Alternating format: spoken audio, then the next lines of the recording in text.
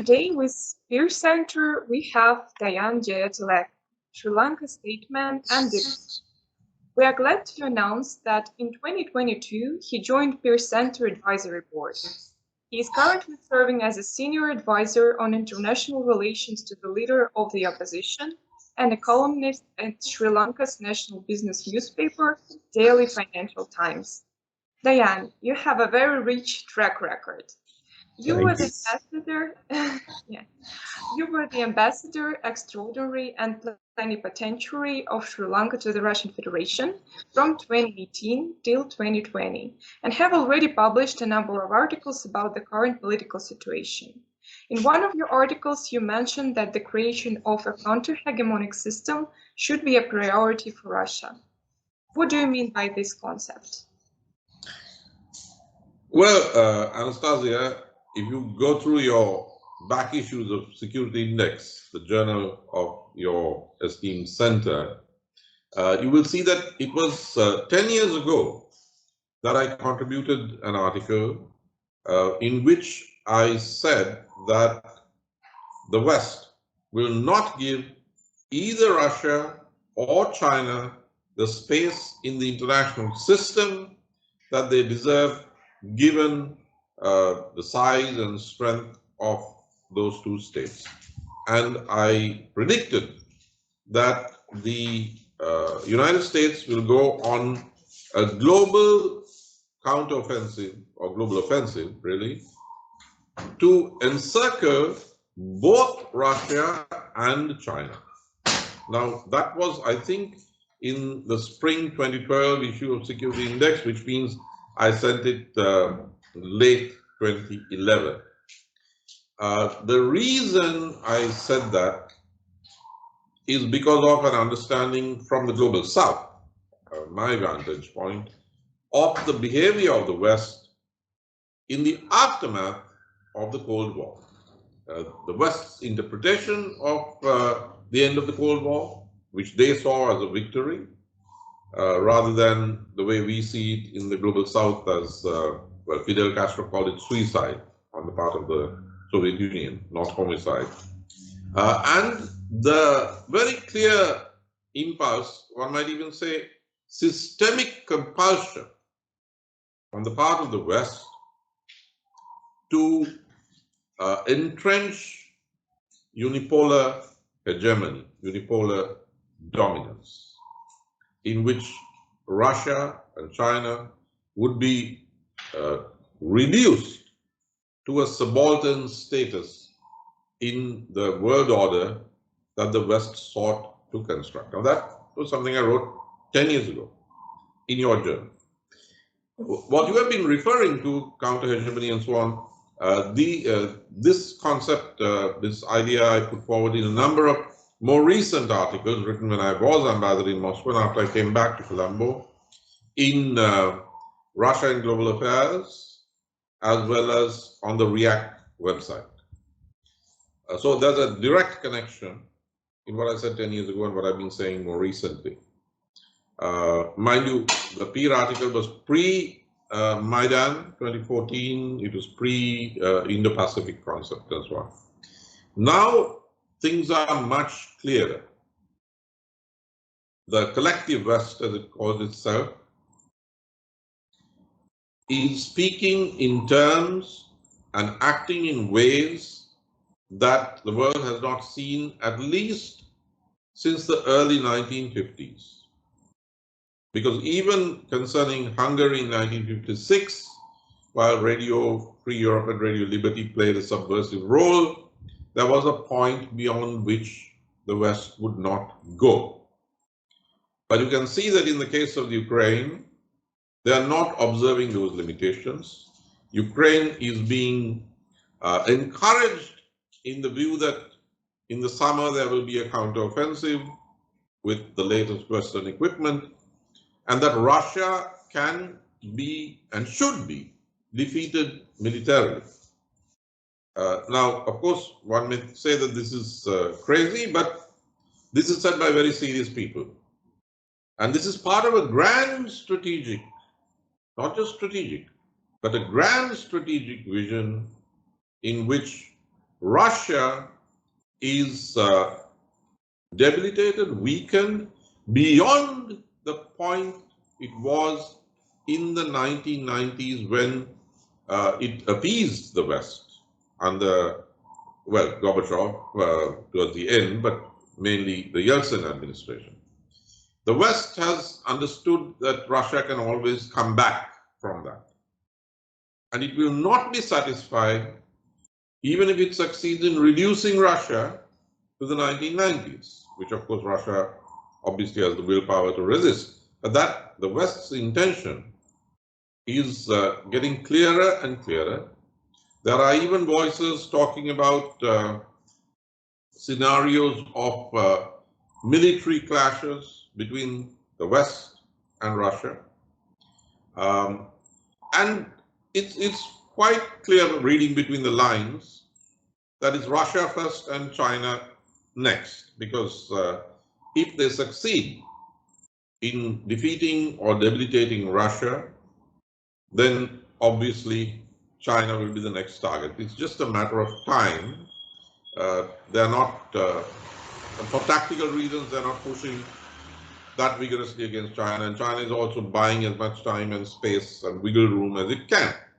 Now, given the fact that the intention is nothing less than to destroy the Russian state, and therefore Russia's capacity to exist with dignity in the world, then a counter-hegemonic, I may say counter-unipolar strategy and organizational methods and a full spectrum of policy is an existential need for Russia, and I may say for the rest of us in the rest of the world.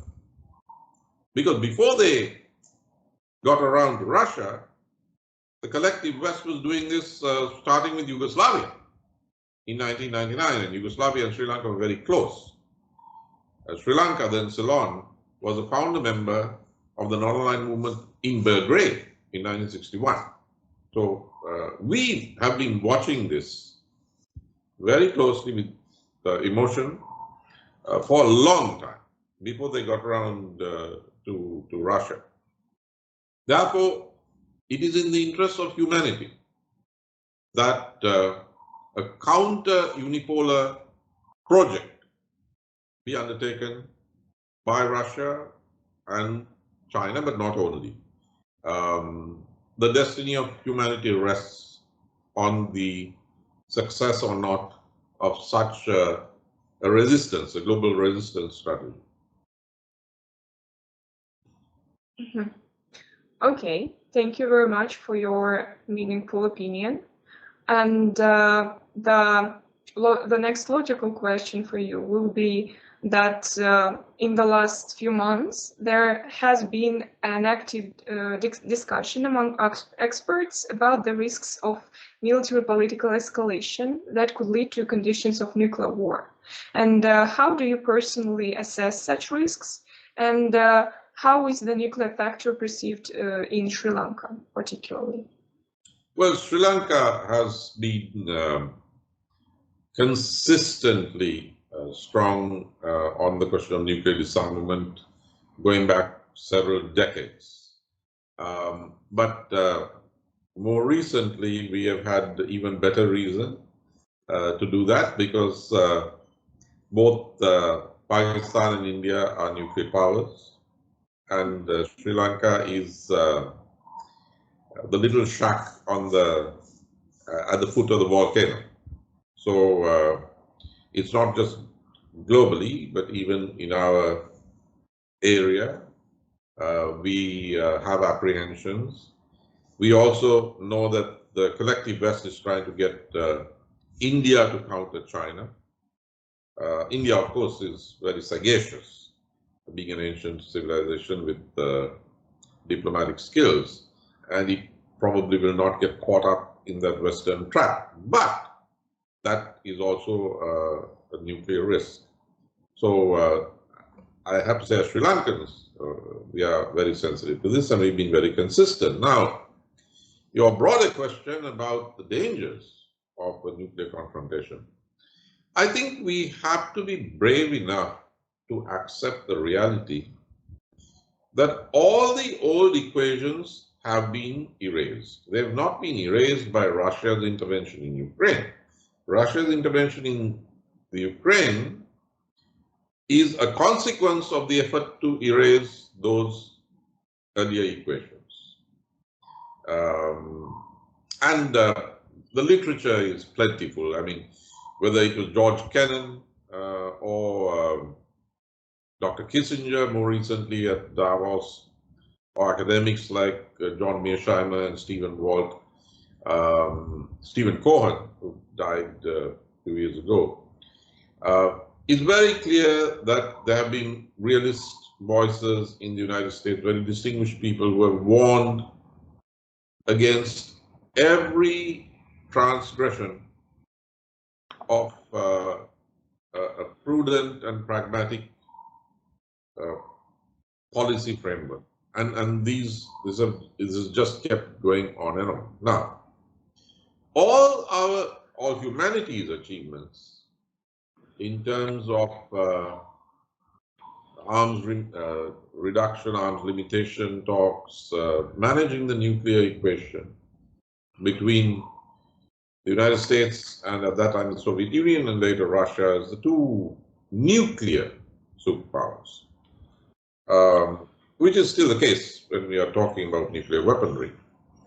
All of those were based on certain assumptions and were within certain paradigms. Those paradigms have been dismantled by the collective West. And what we are hearing now, as I said, has any kind of precedent only in the 1950s. In the early 1950s, when thinkers in the United States were talking about the winnability of war. Now, this theme of the winnability of nuclear war resurfaced in the Reagan team and in the Santa Fe document and so on. But it was always a track B, a fringe phenomenon. These were always the hardliners. And they were not exactly on the margins, but that was not the dominant framework of thinking. Now, things are moving in a direction where that which was marginal after the mid-50s, it was the preponderant thinking in the early years of the Cold War. Even Herman Cahn's on thermonuclear war, all of this assume that this is a possibility. But from the mid-50s, we saw a difference. But that mainstream of several decades of policy has now been displaced. We can speculate about the reasons. Some may say it's the social media, information revolution, that even if a politician wants to do something, a political leader wants to do something, the legislature won't allow him or her, and the legislature will respond to public opinion, and public opinion is manipulated not only by the mainstream media, but the mainstream media is under pressure from the social media, and the social media is easier to manipulate. So we can discuss why this is, but that's the way it is. Even concerning Ukraine, there's a lot of pressure.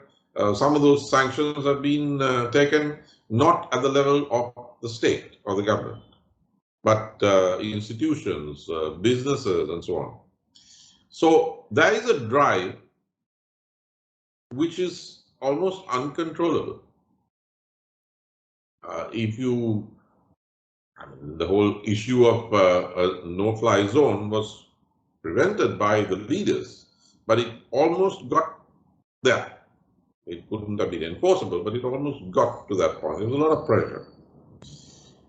Now, I know this is a long answer, but I'm trying to emphasize the point that all the pillars on which strategic nuclear arms talks, arms limitation agreements, everything, the whole regime was established.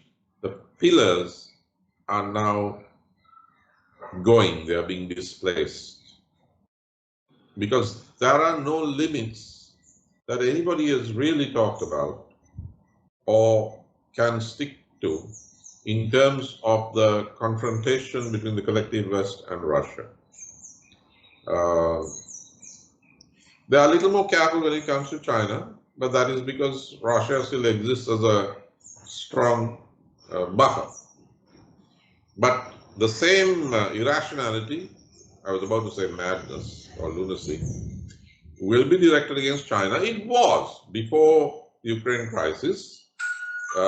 If you regard it from the period of Trump, there was a hysteria against China. So we can't. I don't think we can turn the clock back to sanity and think that, okay, the West is going to come around to its old, traditional, sane, realistic policy. Even concerning that policy of the 1960s and more so the 1970s, and I say this personally because I was traveling with my parents. My father met and talked to Dr. George Abata when they had just come back. The team had just come back from Helsinki. He was the first foreign journalist in 1975 when they had just signed SALT Accords and returned. So I remember that time. And we have to admit something that many specialists don't, that if not for the Vietnam War, the United States, and even under Dr. Kissinger, would not have been quite so interested in improving relationships with Russia and China. It is true and often admitted that they were trying to play Russia against China and so on. And that started from about 1969 with the border clashes on the Damansky River, or the Chen Pao, as the Chinese call it, the island. But in reality, it is because the Americans were looking for an exit from Vietnam. And Dr. Kissinger thought that it is Russia and China that could prevent the Vietnamese, the North Vietnamese, from going for the Grand Slam and allowing the United States to pull out peace with honor, they called it. And he also understood, as a student of European history, he saw the period of the 1970s as a period of worldwide revolution, which it was. And he sought, going beyond Vietnam, to enmesh Russia and China in a network of relationships which would help re-stabilize a world that was in revolt, especially in the global south. I mean, after Vietnam, you had Angola, then you had Nicaragua, and so on. He was right. But today, now, what I was saying was that the arms control agreements were an epiphenomenon. They were the byproduct of a certain correlation of forces, as they used to call it in Moscow. And that correlation of forces either no longer exists, or the West does not recognize that it exists. Therefore, we can see that even the voices of people like Dr. Kissinger, the earlier warnings of George Kennan in 1996, are ignored. I know these are the great thinkers and those who were successful for the West, who achieved those successes for the West, but they are ignored because there's a completely new mentality and new paradigms that have emerged. So I urge that we be very coldly realistic. That does not mean that anybody advocates nuclear war, which is unthinkable, or should be fatalistic and not fight to put in the brakes. But we have to understand that there is a kind of a crazy systemic logic or systemic illogic that is driving this forward. And the old factors, the balancing factors, the perceptions and the theories that even the West had to accept, they've thrown overboard themselves. Now, those of us who belong to an older school of thought which emanated from the Soviet Union would say that this, of course, is the history of imperialism as a system. That in certain aspects, there are advances from the earlier periods of the history of imperialism, such as the colonial period. But in certain other aspects, the ruling classes are throwing overboard some of the things that they had fought for and some of the rational compromises they had made. And they are now being more and more aggressive. There's a kind of a war drive. So I think these are the realities that one has to look at.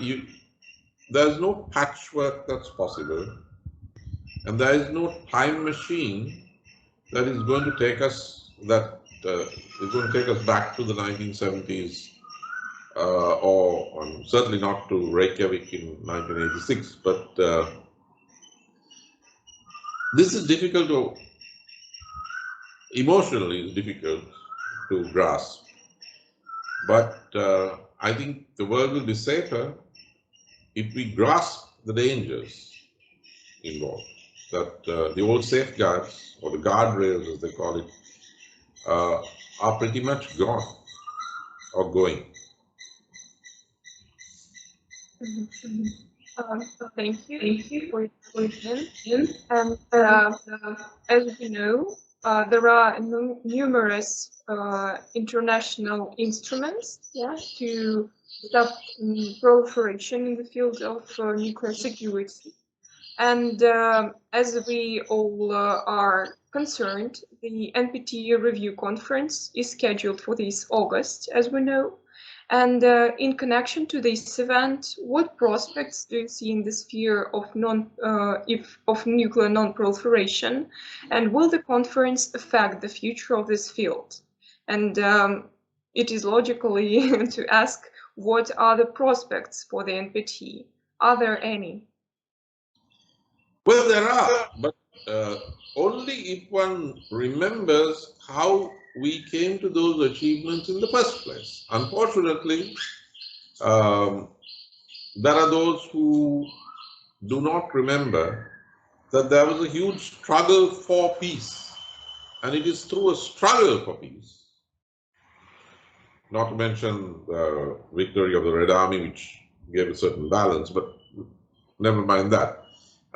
If we look at it in political terms and in terms of ideas, for most of the 20th century, after World War I and World War II, and certainly during the height of the Cold War, there was a huge struggle for peace involving scientists and civil society, big movements, which always supported in terms of public opinion and made demands and made possible these advances, including the NPT. Now there is no such thing. There were scientists in the Manhattan Project which produced the atom bomb, which thought that the United States should not be in sole control of this weapon, and sought to keep the Soviet Union informed. Mind you, these were during times that the Soviet Union was internally very repressive. But it's not that the Western intelligentsia did not know what was happening. They didn't know everything that was happening, but they knew what was happening in the Soviet Union. Nonetheless, there was a sense of two things. One, that the Soviet Union represented a universal ideal, a universalist ideal. And that on balance, it was more good than bad in terms of humanity. Secondly, that it was an important counterweight. Now, Russia itself decided to dismantle the first factor, which gave it that soft power, even when internally it was hardest. I was marching in New York Central Park at what is known as the biggest anti-nuclear demonstration in history. The crowd estimate, the New York police crowd estimate was over 250,000. And that was the time that Yuri Andropov was the leader of the Soviet Union. Now, these were not naive young people, they were idealists, but they knew what was going on. And yet, they were not marching for the Soviet Union, but they were marching against at that time it was called the New Cold War, during the Reagan years. But now there's nobody. That's gone. And even the capacity of Russia to rebuild that soft power has been dismantled within Russia, by Russia, because Russia used to have three instruments for this battle of ideas. One, of course, was the foreign ministry, which it still has. It's an excellent foreign ministry. But there was also the communist movement and organizations like the Comintern, later the Cominform, and in any case, informal gatherings of communist parties globally and so on. And third was a peace movement, which the West called front organizations. There was, for instance, again, I was in Moscow for the World Festival of Youth and Students in the summer of 1985. Gorbachev had just come in. Now, those two instruments are no longer there by choice. So therefore, you don't have the intelligentsia in the West or the young people in the West who are pushing for peace and denuclearization in the way they used to. In a situation where the West is becoming more and more aggressive, much more than during even the Reagan years. Because Reagan himself was about to agree with Gorbachev for deep cuts in Reykjavik in '86, and it is Richard Perle and his advisors who stopped it. And now they're writing they're bringing their memoirs saying, we are the ones who stopped this from happening. But today, you won't get Joe Biden willing to do that. You won't get Boris Johnson, who's even worse, because there's been a reconfiguration involving Eastern Europe and a history that we all know about. I mean, Poland during the period of the Tsars, Poland in 1920, Finland in 1940, Poland again in 1980. And that has now plugged in to the West.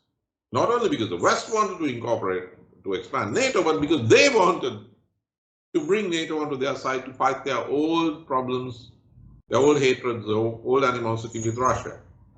In this more dangerous period than any previous decade, there is less of a peace movement or an anti-nuclear movement than there ever was. Certainly in my lifetime and going before. So, it's a very dangerous situation. And yet, it is a struggle that has to be fought. Russia somehow has to find a way, without the two of the three instruments it had, either just to build back some approximation of those instruments of internationalism.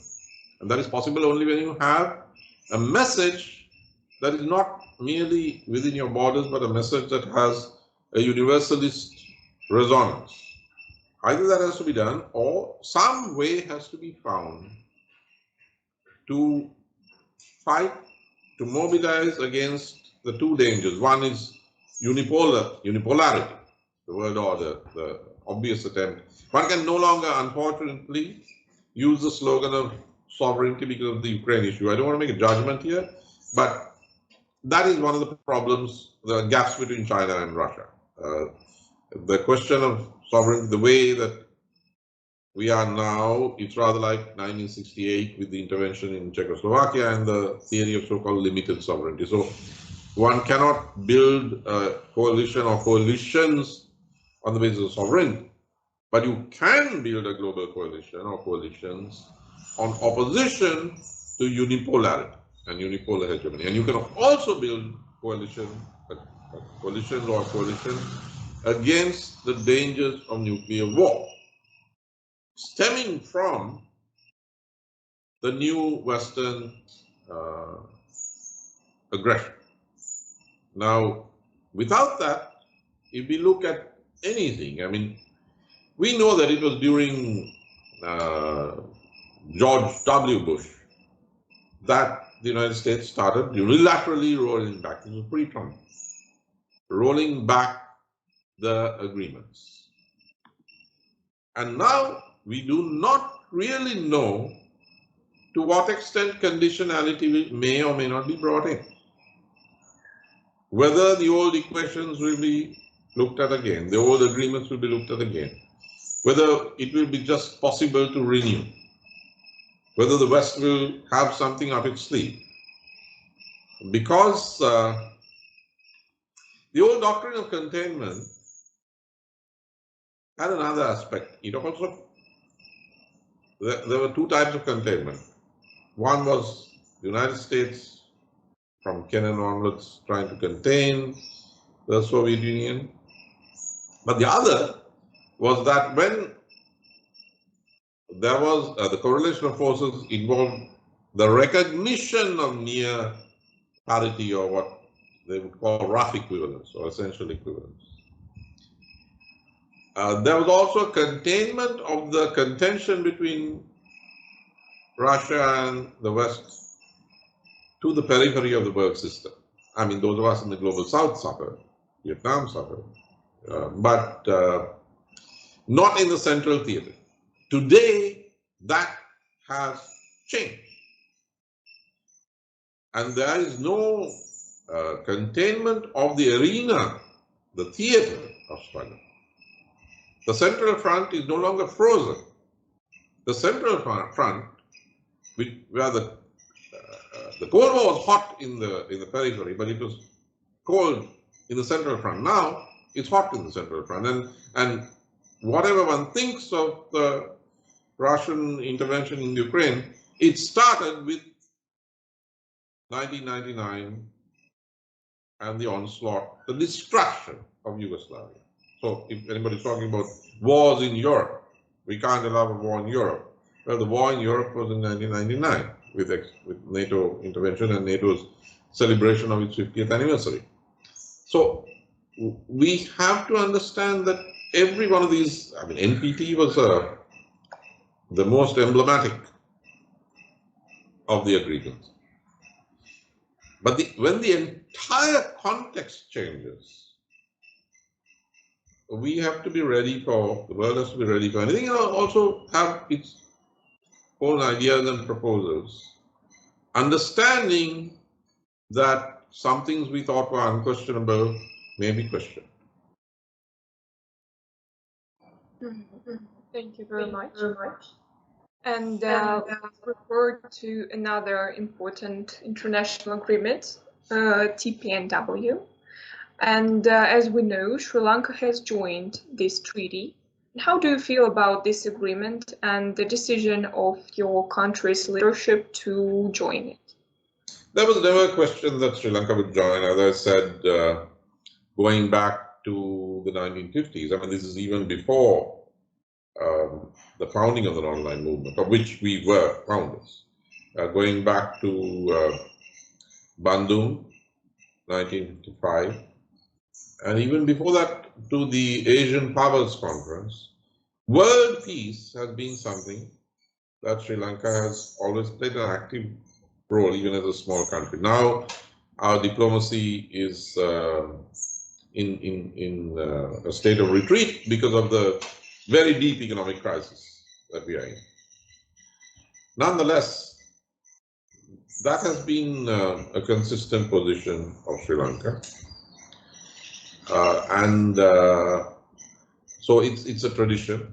It's a thought out tradition. We had choices in the 50s and 60s. It is not that we could not have followed the path of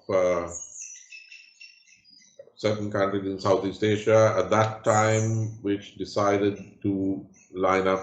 There was Seattle, and that was also part of the Cold War. Even ASEAN, which I am an admirer of, in its early phase, ASEAN was also part of this, though it changed after Vietnam joined and so on. We had that choice, and there was Pakistan, which had made certain choices. Our friend India was closer to the Soviet Union, but we were very careful, very prudent, very pragmatic. We did not declare neutrality, but we were front and center on the nuclear issue. So our accession in 2021 was very much in keeping with our tradition. But the role that we might be able to play, I mean, as a small country, we were punching way beyond our weight for many decades, except for a brief period in the 1980s where we swung to a very sort of pro-Western position for a few years. We will be unable to make that contribution until we get out of where we are now. We are now talked about as the Lebanon of Asia, or South Asia. So in terms of the role we can play, no.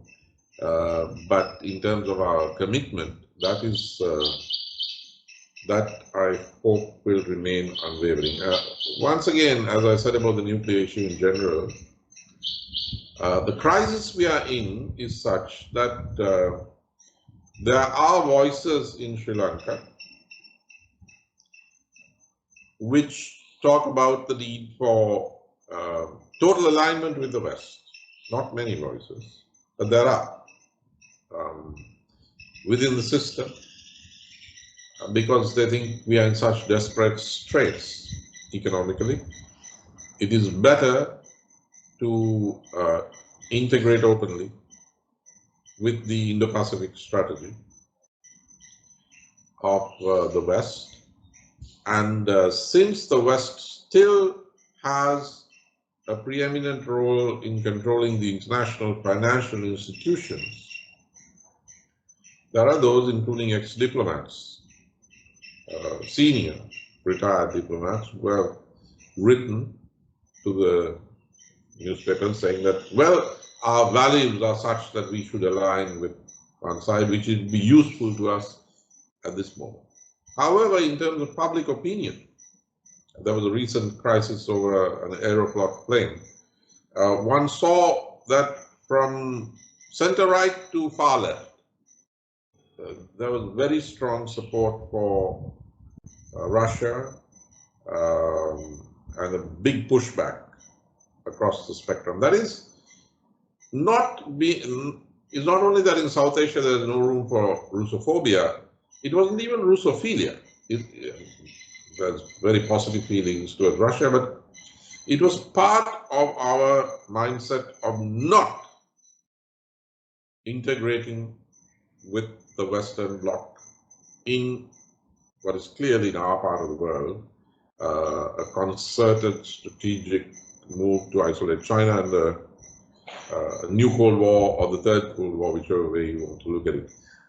That Sri Lankan public opinion will not permit, though there are these groups that would say that, well, even on nuclear issues, maybe we should go along with the West.